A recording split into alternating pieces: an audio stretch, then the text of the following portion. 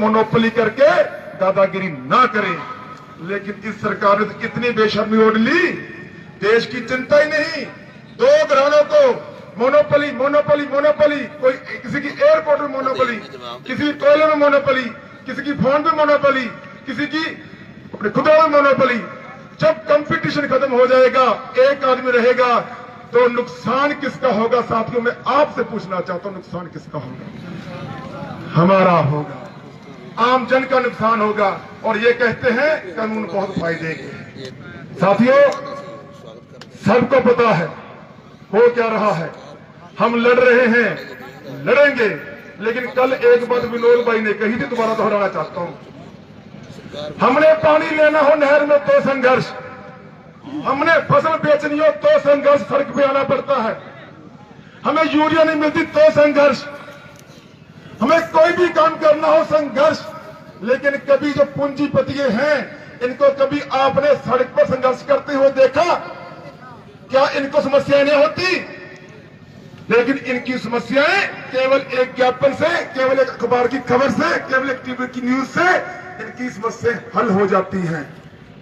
तो साथियों, सरकार किनकी है? जिनकी समस्याएं हल होती है सरकार उनकी, सरकार हमारी नहीं। हमें जागना पड़ेगा, सचेत होना पड़ेगा। मोदी जी ने एक बात बोल ली थी, मैं तो फकीर आदमी हूं, मेरा क्या है, मैं झोला उठा के चला जाऊंगा। वाकई ही आज वो बात याद आ रही है। जब साथियों, रणजीत सिंह राजू तो बाद गुरनाम सिंह जी चिटोनी संबोधित करेंगे।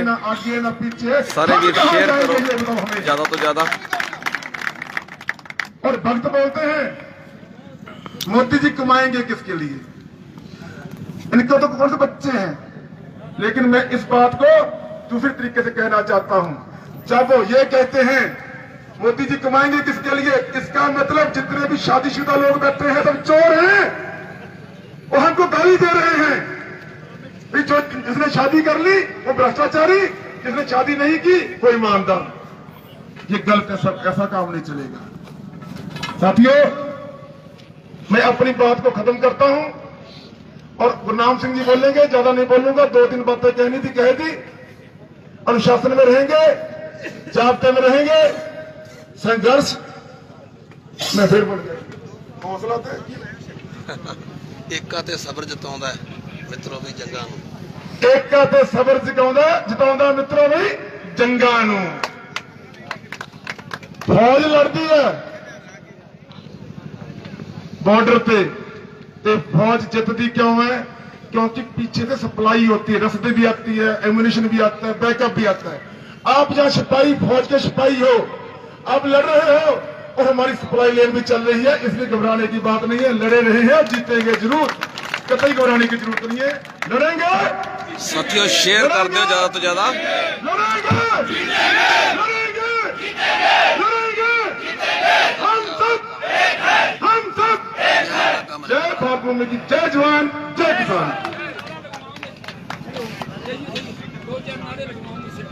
लगवा दो सब लोग। हाँ जी,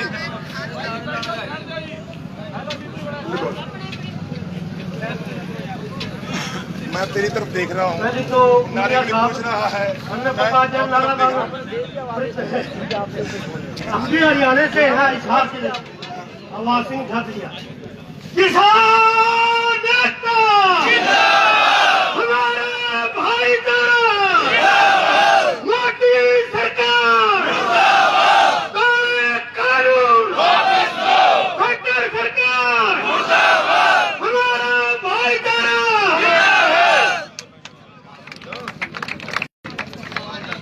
गुरनाम सिंह जी आओ मंच पे संबोधन करो ते सानू कोई दिशा निर्देश, कोई आदेश, कोई सलाह, कोई मशवरा, कोई रणनीति जो भी है साडे इत्थे बॉर्डर वालियां नूं दस के जाओ भी असीं की करना ते किवें। सारे वीर शेयर करो अगे तो अगे, सारे जने वीर जिन्ने भी देख रहे हैं सारे जने शेयर करो।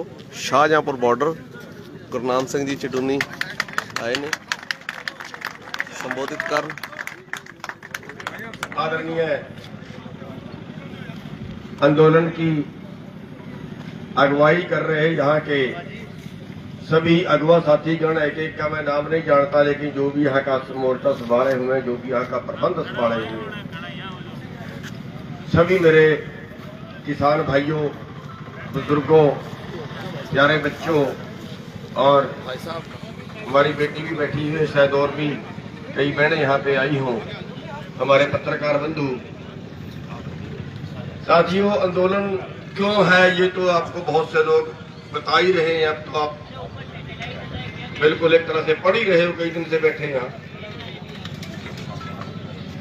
आंदोलन में 2-3 चीज होती है जिनके दम पे आंदोलन या लड़ाई कोई भी जीती जाती है। उसमें 2-3 चीजें होती हैं।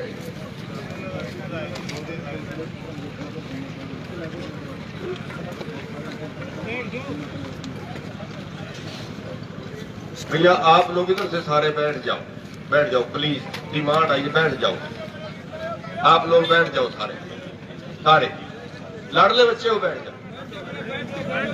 जाओ प्लीज, मानिए, प्लीज मानिए।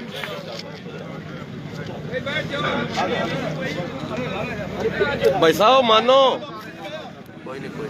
देखिए व्यवस्था बनवाओ भाई। देखिए, मैं सबसे पहली बात आपको बताऊं, शाम का है क्या? अब जैसे इन भाइयों को बैठने के लिए कहा है और ये बैठ गए हैं, आप भी बैठ जाइए। एक राजा था, उदाहरण देकर आंदोलन कैसे जीते जाते हैं, लड़ाइयां कैसे जीती जाती है, उसमें सभी थोड़ा सा अमल करें तो अच्छा रहेगा। उसके पास फौज थोड़ी थी, लेकिन हर लड़ाई जीत जाता था, अनुशासित थी फौज।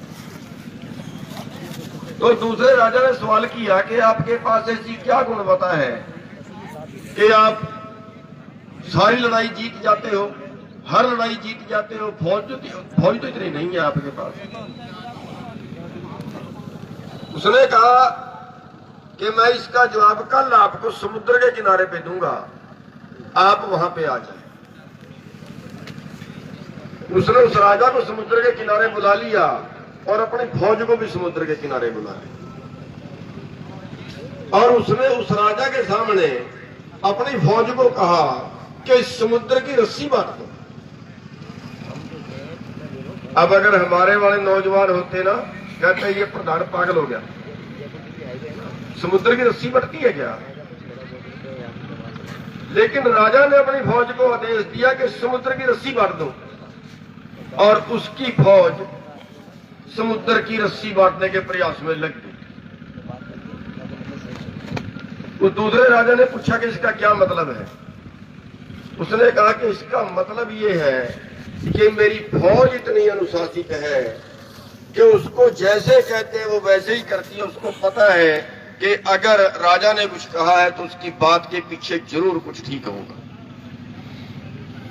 उसको अपने राजा की बात पे विश्वास है, और मेरी फौज अनुशासित है, इसलिए मैं हर लड़ाई जीत जाता हूं। अगर आपको मान लिया हम सड़क पे जा रहे हैं, अब ये भाई कह रहे थे कि सारे बैरिकेड तोड़ दिए, लेकिन हमने अपने सब जो बच्चे थे हमारे साथ उनसे बेनती की थी कि पुलिस चाहे हमें लठ मारे, चाहे फुहारा मारे, चाहे मुकदमे दर्ज करे, डंडे मारे, हमने हाथ नहीं उठाना। हम बट्टा नहीं मारेंगे, हम किसी से गाली गलौच नहीं करेंगे, हम किसी से नहीं उलझेंगे। और हमारा एक भी बच्चा, नौजवान थे लेकिन किसी से उलझा नहीं है, और हमने सब बैरिकेड तोड़े, पुलिस हमारा कुछ नहीं बिगाड़ पाई। मुकदमे दर्ज किए हैं, वो तो उनके कागज हाथ में थे, कर देंगे, फाड़ देंगे जी, सारे ने फट जाएंगे अपने आप लोग, क्योंकि पुलिस के इतनी जेड़े नहीं है कि आपको जेल में रख सके जी।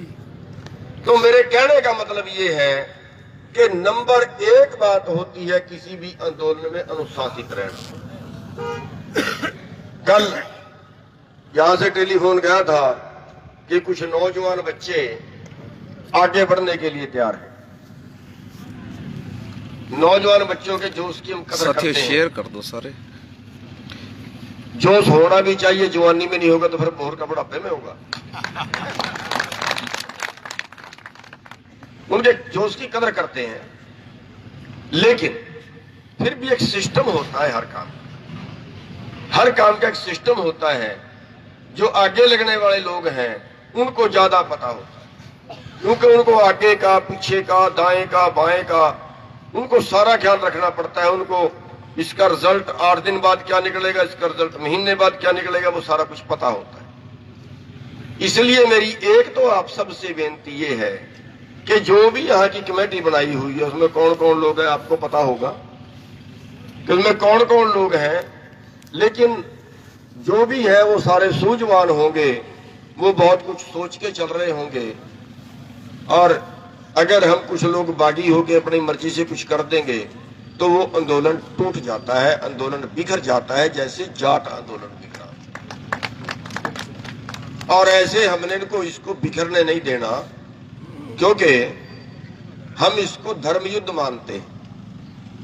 धर्म युद्ध इसलिए मैं इसको कहता हूं कि अगर ये कानून लागू हो गए तो हमारे करोड़ों लोग भूखमरी का शिकार होंगे। अब भी भूखमरी है देश में।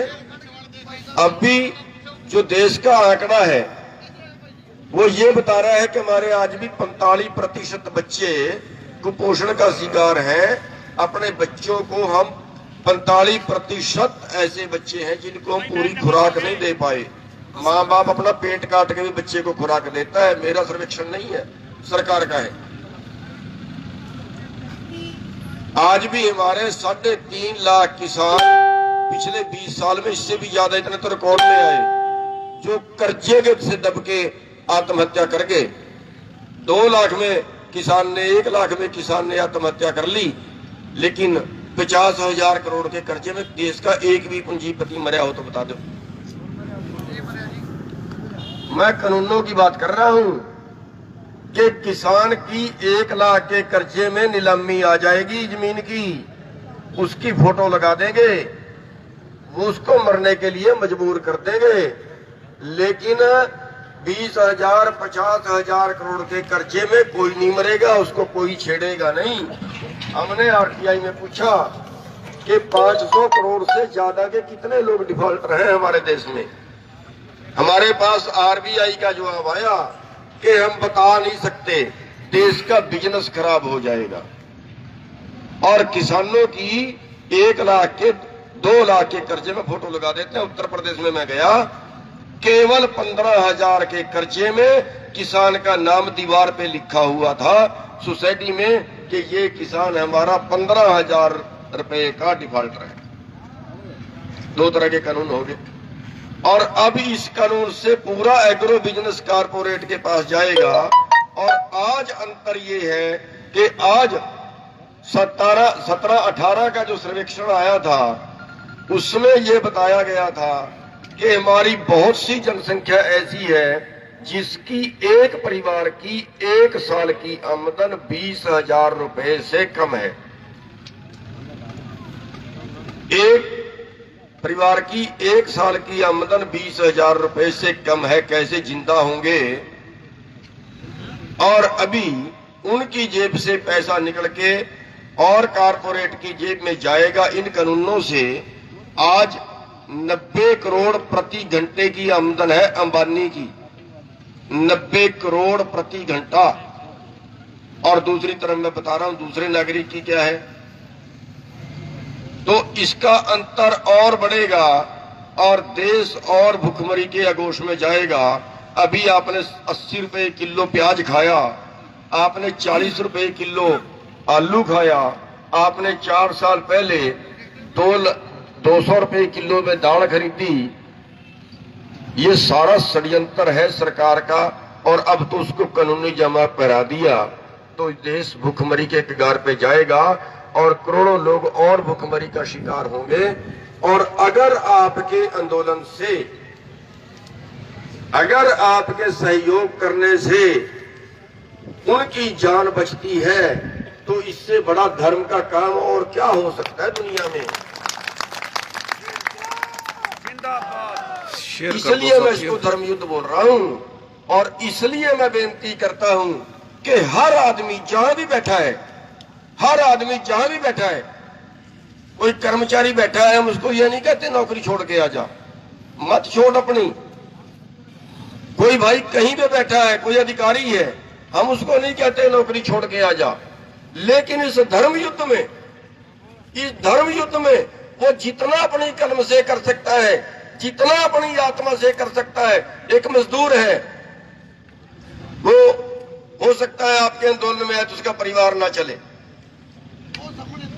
लेकिन जितना वो कर सकता है अपनी अंतरात्मा से, वो कुछ नहीं कर सकता। एक आदमी बुजुर्ग है 90 साल का, कुछ नहीं कर सकता, लेकिन परमात्मा से दुआ तो कर सकता है। हर आदमी बच्चे से लेके बुजुर्ग तक इस धर्म युद्ध में आए तो फिर दुनिया की कोई ताकत नहीं होती। समुद्र पे पुल बना दिया था श्री रामचंद्र जी ने, क्यों बना दिया था? उस धर्म युद्ध में सब लगे थे।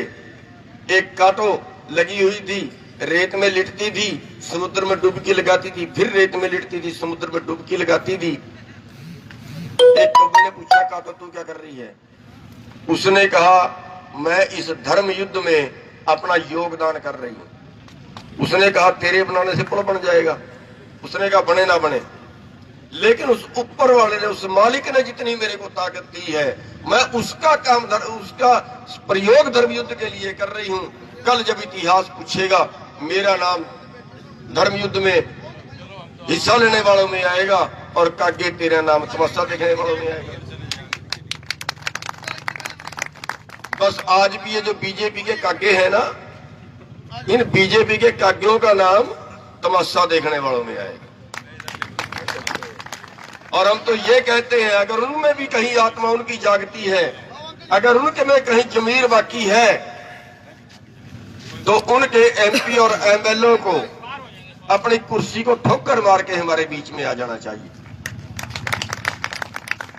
अरे 4 साल राज, 5 साल राज और कर भी लोगे तो फिर कौन सा स्वर्ग मिल जाएगा? क्यों इस जनता का खून निचोड़ रहे हो? क्यों मारना चाहते हो सोने की चिड़िया? जो देश आज मिट्टी की चिड़िया नहीं बची, और क्या बनाओगे इसका? करोड़ों लोग भूखमरी से मरेंगे, क्या वो पुण्य लगेगा आपको? अरे कितने देर और सत्ता भोगोगे? छोड़ के आ भी जाओगे तो क्या हो जाएगा? तो एक धर्म युद्ध में सभी को हिस्सा लेना चाहिए, और दूसरा सभी को साथ में मेरा भैया ये लोग फिर बैठ जाए, ये इधर जो खड़े हैं, प्लीज मेरी रिक्वेस्ट है, मेरी रिक्वेस्ट, केवल इधर वाले बैठ जाए, इधर वाले खड़े रहे, कोई बात नहीं, जगह है, इधर बैठ जाए।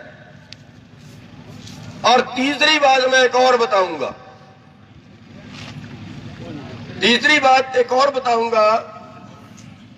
कि एक महात्मा था, जब वो नाचता था तो बारिश हो जाती थी, जब अकाल पड़ता था लोग जाते थे, बाबा जी रिक्वेस्ट करते थे महात्मा से, महात्मा नाचता था, वो परवरदिगार उसकी सुनता था, अब बारिश हो जाती थी। 4 लड़के शहर पढ़ के आए दिल्ली जैसे शहर में, उन्होंने आगे कहा, ये पखंड है, नाचने से बारिश होती है क्या? ये पखंड है। अकाल पड़ गया, वो लड़के कहने लगे, हम नाचेंगे, अगर नाचने से बारिश होती है तो फिर हमारे नाचने से क्यों? लड़कों ने नाचना शुरू किया, कोई 1 घंटे नाचा, 1.5 घंटा नाचा, 2 घंटे नाचा, 3 घंटे नाचा, और आखिरकार वो थक के बैठ गए, बारिश नहीं हुई। अब उन्होंने उस महात्मा से कहा कि महात्मा जी, नाचने से बारिश नहीं होती, अगर होती है तो फिर तू करके दिखा। महात्मा ने उस परमात्मा को याद किया और नाचना शुरू किया। रात के 7 बज गए, 8 बज गए, 9 बज गए, 10 बज गए, और आखिरकार 10 बजे बादल उठा और अच्छी बारिश हुई। अब उन लड़कों ने सवाल किया कि महात्मा जी, हमारे नाचने से बारिश क्यों नहीं हुई और आपके नाचने से बारिश क्यों हुई? उस महात्मा ने कहा, मैं 2 तरह से सोचता हूं। एक, मैं इस तरह से सोचता हूं कि जब मुझे ऊपर वाले पे यकीन है, विश्वास है उस मालिक परवरदिगार पे,